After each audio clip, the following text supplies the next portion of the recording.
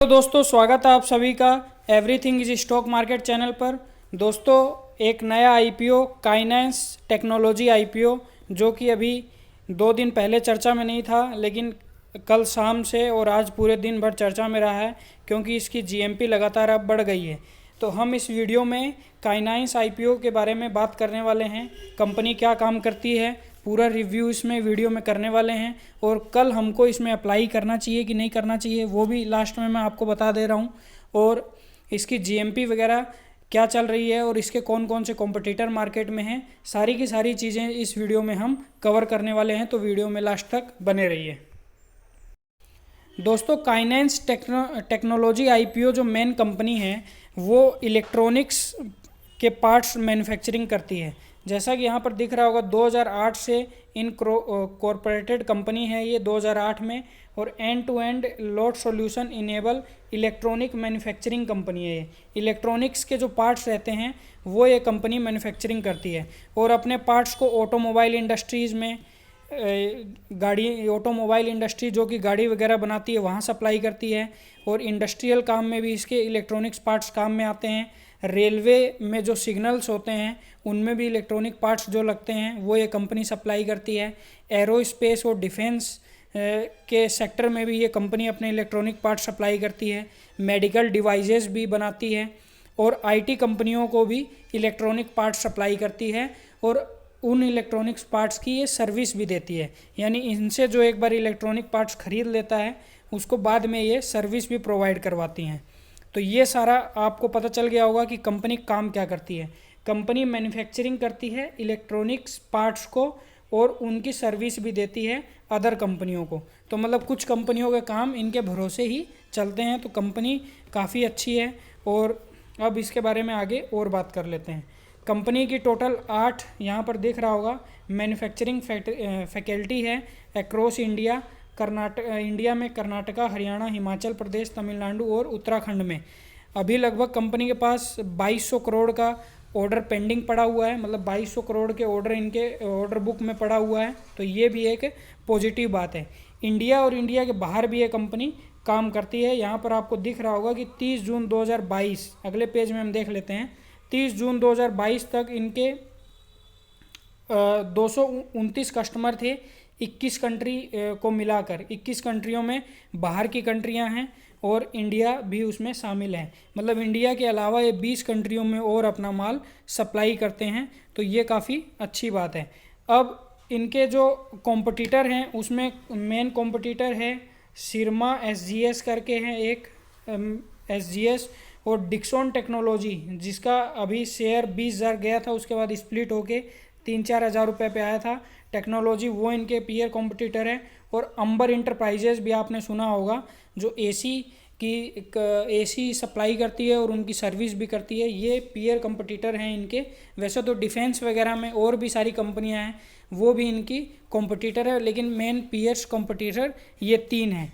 तो ये भी एक देखने वाली बात है। अब कंपनी के एसेट्स के बारे में बात करते हैं। कंपनी कितना कमाती है और कितना बचाती है।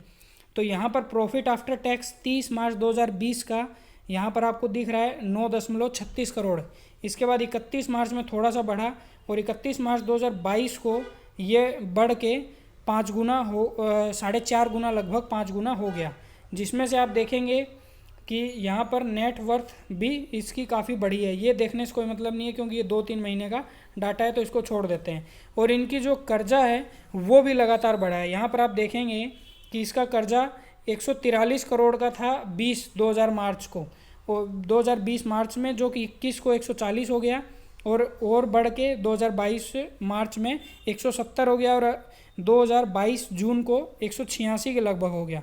तो इनका जो ये कर्जा 186 है, जब ये आईपीओ लेके आएंगे मार्केट से पैसा उठाएंगे तो 130 करोड़ के लगभग का कर्जा ये चुका देंगे। लगभग इनके ऊपर 50 का डेप्थ बचेगा जो कि नामात्र के बराबर है। तो ये एक अच्छी बात है इस कंपनी की, ये कर्जा उतार देंगे। अब आईपीओ की डिटेल देख लेते हैं। तो आईपीओ की डिटेल 10 तारीख से आईपीओ ओपन हुआ है, 14 नवंबर तक चलने वाला है। 10, 11, 12, 13, 14 बीच में छुट्टियां हैं, शनिवार और संडे की, इसीलिए आईपीओ इतना लंबा चला जा रहा है, नहीं तो ऑफ हो जाता, बंद हो जाता। 10 तारीख और 11 तारीख ये आईपीओ खुला रहेगा। उसके बाद 12 और 13 को आप इसमें ख़रीदारी नहीं कर सकते हैं। शनिवार और संडे को मार्केट बंद रहेगा। 14 तारीख को आप इसमें फिर से ख़रीदारी कर सकते हैं। अब आप बोलेंगे कि 10 तारीख को और उसके पहले मैंने वीडियो क्यों नहीं बनाई। तो दोस्तों 10 और उसके पहले मैंने इस आईपीओ के ऊपर वीडियो नहीं इसीलिए बनाई क्योंकि इसकी जीएमपी वगैरह काफ़ी कम चल रही थी और ये इतना सुर्खियों में आईपीओ नहीं था। मुझे भी ये नहीं लग रहा था कि अप्लाई करना चाहिए, लेकिन इसकी जीएमपी वगैरह बढ़ गई। कंपनी के बारे में मैंने पढ़ा तो मुझे भी अच्छा लगा है, इसीलिए मैंने इसके ऊपर वीडियो बनाई। अब प्राइस बैंड इसका देखा जाए तो यहाँ पर आप देखेंगे कि 587 रुपये के रेट पे आपको ये मिलने वाला है और 25 शेयर का लॉट रहेगा। फेस वैल्यू 10 की रहेगी शेयर की, ये भी अच्छी बात है। भविष्य में हम स्प्लिट की इसमें गुंजाइश बच जाती है क्योंकि फेस वैल्यू अगर 1 का रहता है तो स्प्लिट कभी नहीं मिलता है। और यहाँ पर डेट आपको मैंने बताई दी, 10 से 14 तक ये आईपीओ ओपन रहेगा। सारी डेट की और बात करें तो 14 तक आईपीओ ओपन रहेगा। 17 तारीख को आपको अलॉटमेंट मिल जाएगा, अगर मिलना होगा तो, नहीं मिलेगा तो 18 को आपके पैसे वापस आ जाएंगे। और 22 तारीख को सुबह 10 बजे ये एनएससी और बीएससी दोनों की साइड पे लिस्ट हो जाएगा। इशू साइज़ 857 करोड़ का है, जिसमें से फ्रेश इशू 530 करोड़ और ऑफर फॉर सेल 327 करोड़ का रखा गया है। रिटेलरों के लिए इसमें 35% का भी अलग से रखा गया ऑफ़र। और कंपनी के जो मालिक हैं Ramesh, Savita Ramesh and RK family trust are the company promoter, ये कंपनी के प्रमोटर हैं।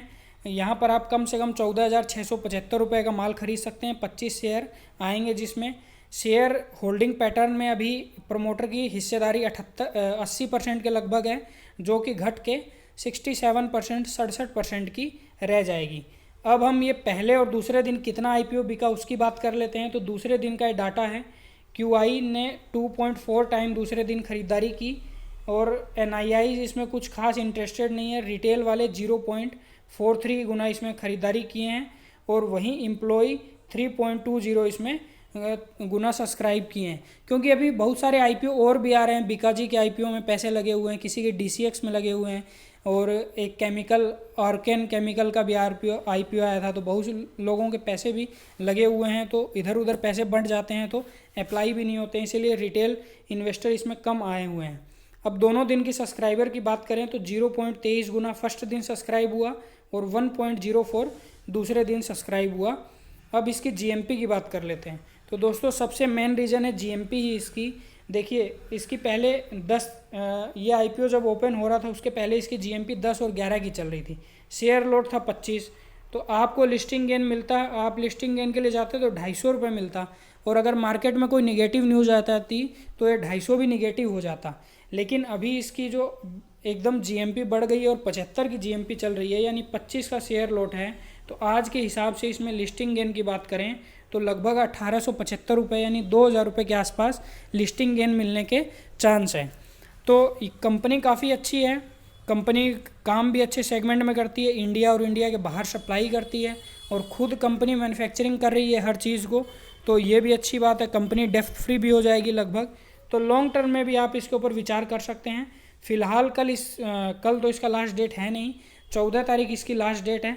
तो 14 तारीख को मैं इसमें अप्लाई करने जा रहा हूँ एक लॉट, क्योंकि 2000 रुपये की लिस्टिंग गेन इसमें मिलने की चांस है। अगर 2000 रुपये का लिस्टिंग गेन नहीं भी मिलता है तो मैं इसको थोड़ा होल्ड भी कर लूँगा, क्योंकि कंपनी काफ़ी अच्छी है। और दोस्तों इसी के बाद आइनॉक्स ग्रीन, बीकाजी, डीसीएक्स और आर्केन केमिकल की भी वीडियोज़ लगातार आ रही हैं, वो भी आप देख के उनको फॉलो करते रहें। धन्यवाद।